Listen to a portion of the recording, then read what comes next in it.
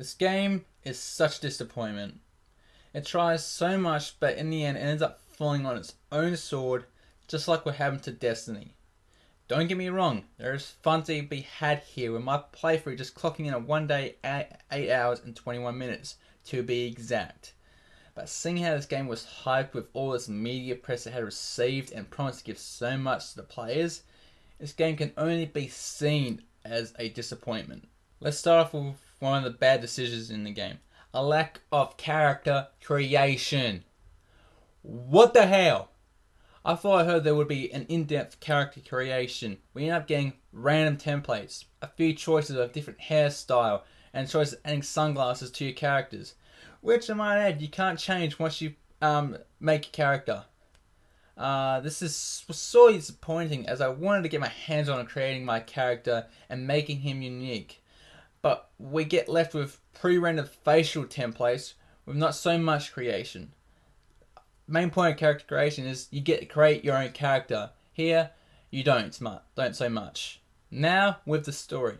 A viral pandemic has swept across New York City, causing widespread chaos with Manhattan being placed in quarantine. You are a division agent, a group of people who have been trained to handle some of the most extreme situations and are activated when said extreme situations happen. You start your story in Brooklyn, which is basically the tutorial. You are part of the second wave, a group of division agents with a mission to try and take back Manhattan from the rioters, cleaners, and other different factions who are vying for control of Manhattan. But your main goal is to rebuild Manhattan so people who still live there can be safe. Once completing said tutorial, you then depart for the quarantine zone, but not before your helicopter is blown up. Now you must go on your own, find who blew up the helicopter, how to stop the virus, and what the hell happened to the first wave. You're probably wondering, is the story interesting? To a degree, yes. At least a story was attempted here, unlike Destiny was. The story does tend to start off really slow, but it picks up in a massive way towards the end of the game. Some missions do tend to fall on the repetitive side, from linking up to antennas to rescuing civilians, securing cargo drops, assisting allies, and etc, etc, etc. So basically, nearly every single side mission is basically just a rehash of the last one, but we have a longer time limit, more enemies thrown in the mix. So yeah, it doesn't really add to any more gameplay or any more fun had in the side missions because it's just repetitive as shit. Now, multiplayer can be done in the story mode, and I actually did most of my missions in the multiplayer just by joining random matchmaking groups. It's a lot more fun in the multiplayer as you can earn more XP, and it can be a lot more chaotic than just playing solo. As this game is meant to be playing online with other people, as it's one of these hybrid MMO RPGs, just like the Destiny is.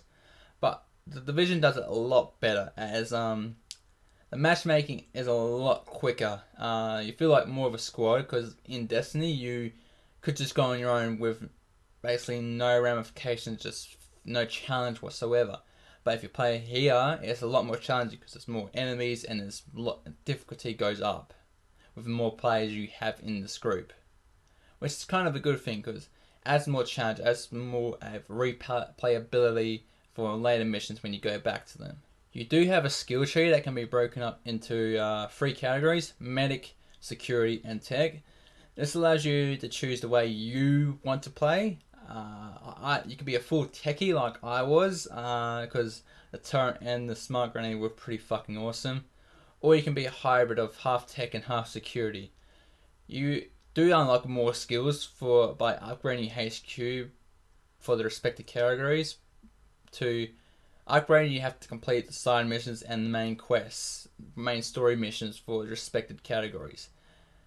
And yeah, you do upgrade for certain skills. You do get more skills to unlock for that perk.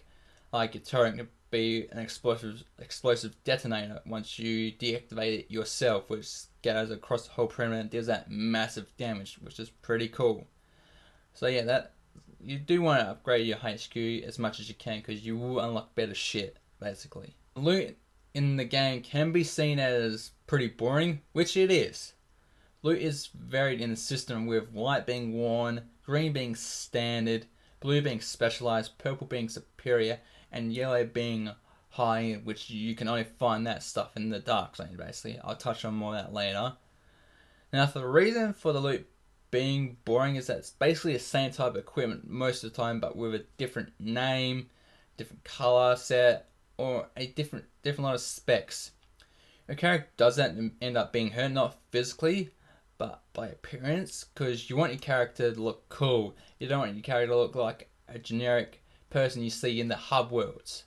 You want a character to stand out, and that hurts you, because the main thing about this game is you want cool loot, but you can't find the cool loot because it's the same thing every single time. Crafting is also in this, as you can make weapons and gear.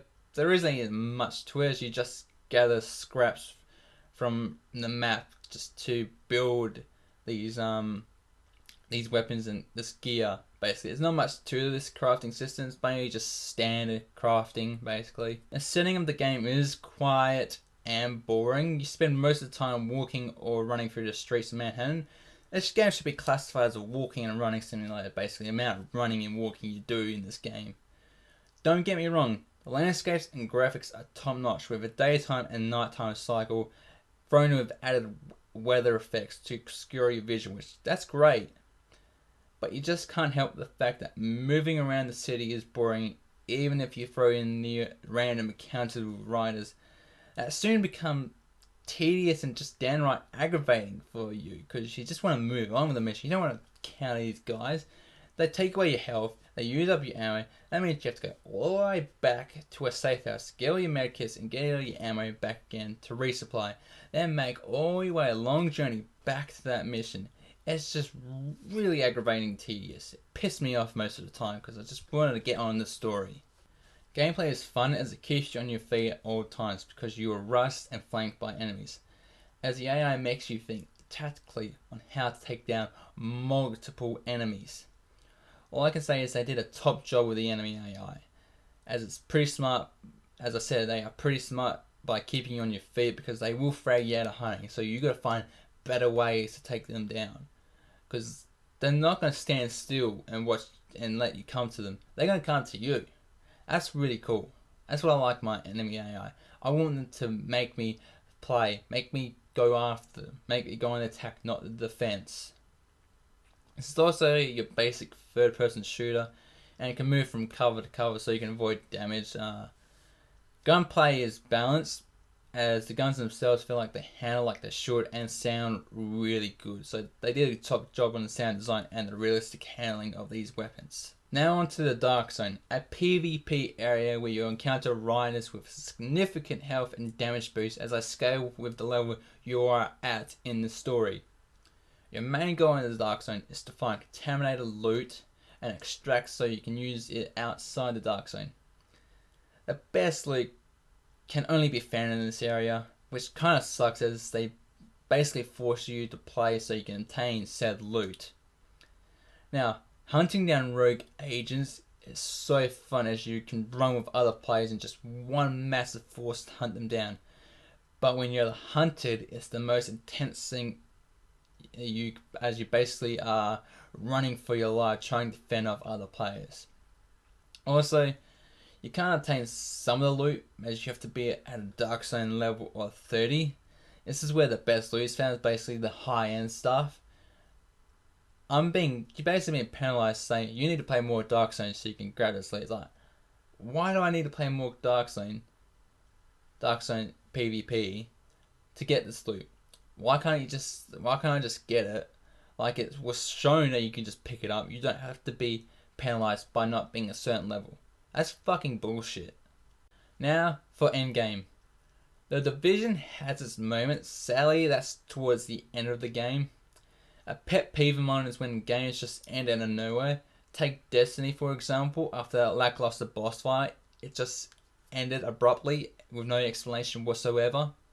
Yeah, this game ends only to set up for DLC content in the final mission. Seriously! The DLC that is being set up could have been used in the full game because the story has been setting up for this confrontation for half a game, and it's going to be used for DLC. I hate that companies are doing this. It really pisses me off. Now, which one of these hybrid MMORPGs did it better? Destiny or The Division? I'm going to say The Division, because at least it's attempted at telling an interesting story. So my final score is a 7 out of 10. This game was sorely disappointing. It's an okay game. It could have been a better game if it was less boring and had more stuff to interact with in the game. But if it didn't have such an interesting story, it would have got a 6 out of 10. It just was so disappointing. I'm just shocked that this game was so disappointing. I was expecting so much more from this game. Well, everyone, hope you enjoyed that video. Don't forget to like, comment, share, and maybe even subscribe. But until next time, I'm Kyle Tanner, and I'll catch you guys later.